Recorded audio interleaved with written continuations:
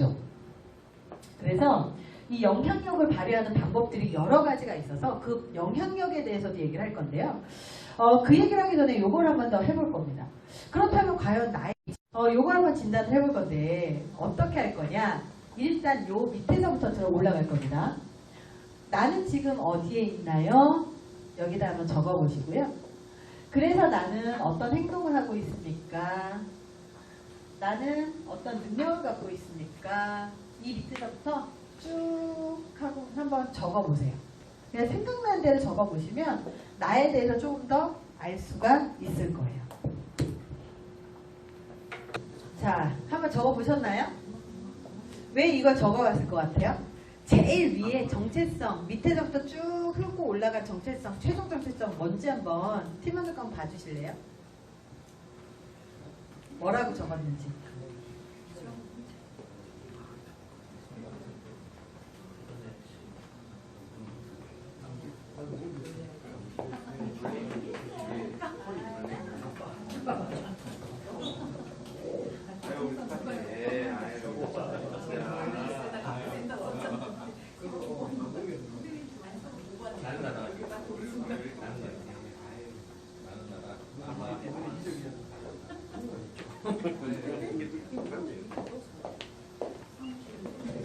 자, 이게 뉴러로지컬 레벨이라고 하는 건데요. 이게 뭐냐? 심리학에서 보면요. 사람들이 하는 행동의 그 이유가 대체 어디서부터 온 것이냐에 대해서 이야기를 하는 거예요. 이 레벨에 따라서 이 사람의 정체성이라든지 이런 그 차원에서 좀 볼 수가 있는데요. 혹시 학교 애들 있잖아요. 애들이 공부를 잘 못하는 애들이 엄마들이 이제 애들이 공부를 안 하면 주로 하는 말이 있죠. 야, 공부해! 이런 얘기 되게 많이 하죠. 공부해! 이렇게 얘기하는데 애들이 보통 뭐라고 얘기해요? 공부하기 싫은 핑계 댈 때? 시끄러워서 못하겠어. 엄마는 바깥에서 TV 보고 있잖아. 시끄러워서 내가 공부를 못하겠어. 엄마, 이 근처에 독서실이 너무 멀어. 공부를 못하겠어. 우리 어렸을 때 이런 얘기 되게 많이 했었거든요. 우리 어렸을 때는요. 뭐 책상이 없어서 못하겠어. 이런 얘기도 하고요. 뭐 있더라. 방 없어서 못하겠어. 뭐 이런 얘기도 하는 애들도 있었어요. 옛날에는. 근데 지금 뭐 독서실이 뭐라고 해가지고 온갖 핑계를 다 대잖아요. 스마트폰이 없어서 못하겠어. 이런 개소리 하는 애도 있어요. 심지어. 근데 환경 탓을 하는 거예요. 환경 탓. 되게 재미있는 게 환경 탓.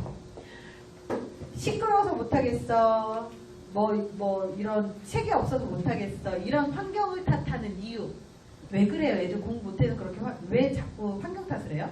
딱 하나예요. 이유는. 공부를 못하는 이유는요. 환경의 문제가 아니죠? 뭐의 문제예요? 공부를 안 하잖아요. 공부 못하는 아이들이 공부 못하는 이유는 딱 하나예요. 공부를 안 하니까 못하는 거예요. 그쵸?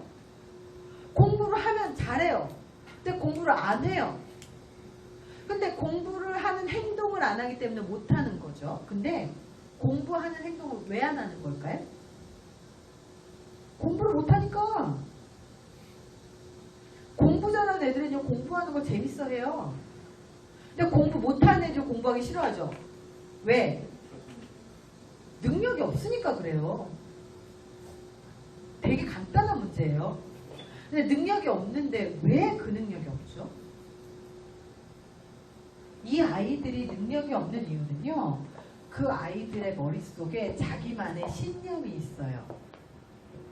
나는 공부 못하는 아이니까. 어렸을 때부터 주입됐을 수도 있고요. 아니면 학습된 무기력일 수도 있습니다. 이거는 누군가가 주입했을 수도 있고요. 계속해서 자기가 자기의 삶에서 실패를 경험했기 때문일 수 있어요. 자기에 대한 자기의 신념이 그래요. 근데 이 신념은 뭐가 좌우하느냐? 정체성이 좌우합니다. 넌 누구야? 넌 뭐 하는 사람이야? 이게 좌우한다는 거예요. 그래서 환경 갖고 탓하는 사람 치고 일 잘하는 사람 못 봤죠? 왜? 10가지의 핑계를 대면서 나 능력 없는 사람이에요를 표현하는 것들이죠. 리더도 마찬가지예요. 리더도 내가 지금 예산이 부족해서 못했어요. 자원이 부족해서 못했어요. 인력이 부족해서 못했어요. 이런 얘기를 다 하는데요. 자원 부족하고 인력 부족해도요. 할 사람들은 다 합니다. 시간이 없어서 못했어요. 아유 잠 안 자고도 합니다. 그게 뭐가 문제예요? 하려고 마음만 먹으면. 그쵸? 그래서 이렇게 밑으로 쭉 타고 올라가다 보면 내 정체성이 어느 정체성인지가 나오는 거예요. 한 번은 모 대기업에 있는 그 리더들한테 리더십 강의를 하면서 정체성 1번 뭐 나왔어요? 딱 물어봤어요. 그때 뭐라고 나오는지 알아요? 하필이면 한 명이 저요? 자기 개인 축구회 회장이요. 회사에서 워크숍 하는데요. 개인 축구 회장이에요. 자, 이 사람 정체성 뭐예요? 개인 축구 회장인 거예요. 그럼 회사에서 일 열심히 하겠습니까? 어때요? 열심히 안 하겠죠? 이건 정설이에요. 자기가 여기에서 일하는 이 직장인이 아닌데 이 생각으로 이 회사에 오는데 열심히 안 하는 건 당연한 거예요. 그렇다면 이 정체성을 어떻게 해야 돼요? 회사 오면 리더의 정체성을 딱 갖고 머리 정리를 한번 싹 하고 와야 되고요. 가정에서 있었던 이 가정 내의 정체성을 버리고 와야 돼요. 이 코드 변경을 계속 해야 된다는 뜻이에요. 군인이 회사에서나 군인이지 집에서도 군인이면 돼요? 안 돼요? 안 되죠? 집에 가서 아침 점호 저녁 점호하면 돼요? 안 돼요? 안 되죠? 어떤 군인분들 옛날에 그런 얘기 있었어요. 아빠가 군인이면 아침 점호 저녁 점호 집에서 한다고 그거 소문이 있었어요. 우리도 마찬가지예요. 저희 아버지 세대만 하잖아요. 왜요? 여기 계셨어요? 왜요? 그런 분들이 계세요? 왜요? 누구예요?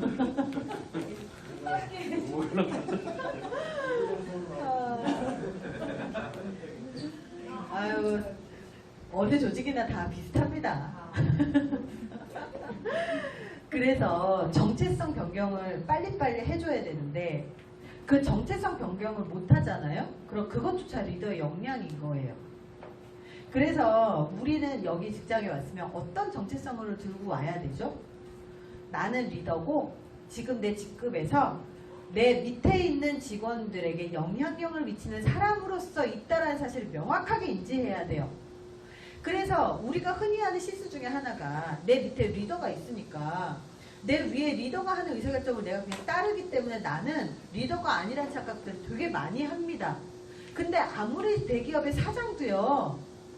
그 사람의 위에 리더 있어요? 없어요? 있습니다. 그리고요. 그 밑에 팔로워도 반드시 있어요. 그럼 리더가 부하 직원들 이간질 하나요? 안 그래요. 중간 관리자들도 이간질 엄청 시켜요. 밑에 부하한테 상사 욕하고요. 상사한테 부하 욕해요. 이거 이간질이에요? 아니에요?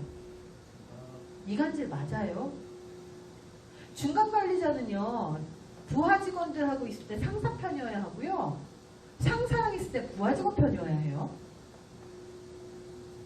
그리고요. 부하 직원 편이면서도 상사 편이어야 해요. 왜? 불만이 있으면 어르고 달래고 하면서 상사가 그래서 그렇게 일부러 그런 거 아니야. 너 때문에 그렇게 못된 거 아니야. 어르고 달래고 해야 돼요. 그럼 상사가 부하 직원한테 가가지고 부하 직원 때문에 열이 받아가지고 막 그러면 우린 또 누구 편 들어야 돼요? 상사 편 들어주면서 감정적으로 아 그랬구나 그렇게 하면서 뭐 해야 돼요? 부하 직원 두둔해 줘야 돼요. 근데 가가지고 욕한다고 아 내가 그렇게 그럴 줄 알았어요. 이러면서 다 죽여야 돼요? 우리도 그런 실수합니다. 상사만 그런 실수하는 게 아니라는 거예요. 그래서 내가 어떤 정체성을 갖고 있을지 다시 적어주세요. 재정리분할 거예요. 정리를 다시 합니다. 어떤 리더로서 지금 정체성을 가질 것이냐 이 조직에서 정체성을 나는 정해주세요. 먼저 딱 정해주세요. 리더로서의 정체성을 갖고 있을 것이냐 직급 혹은 뭐 이런 걸로 생각할 수도 있겠지만 정체성이라는 게 내가 리더로서 있을 것이냐 그냥 하나의 직장인으로 있을 것이냐 다른 거거든요. 그래서 한번 리더로서 내가 어떤 정체성을 가질 것인가를 한번 정해보십시오.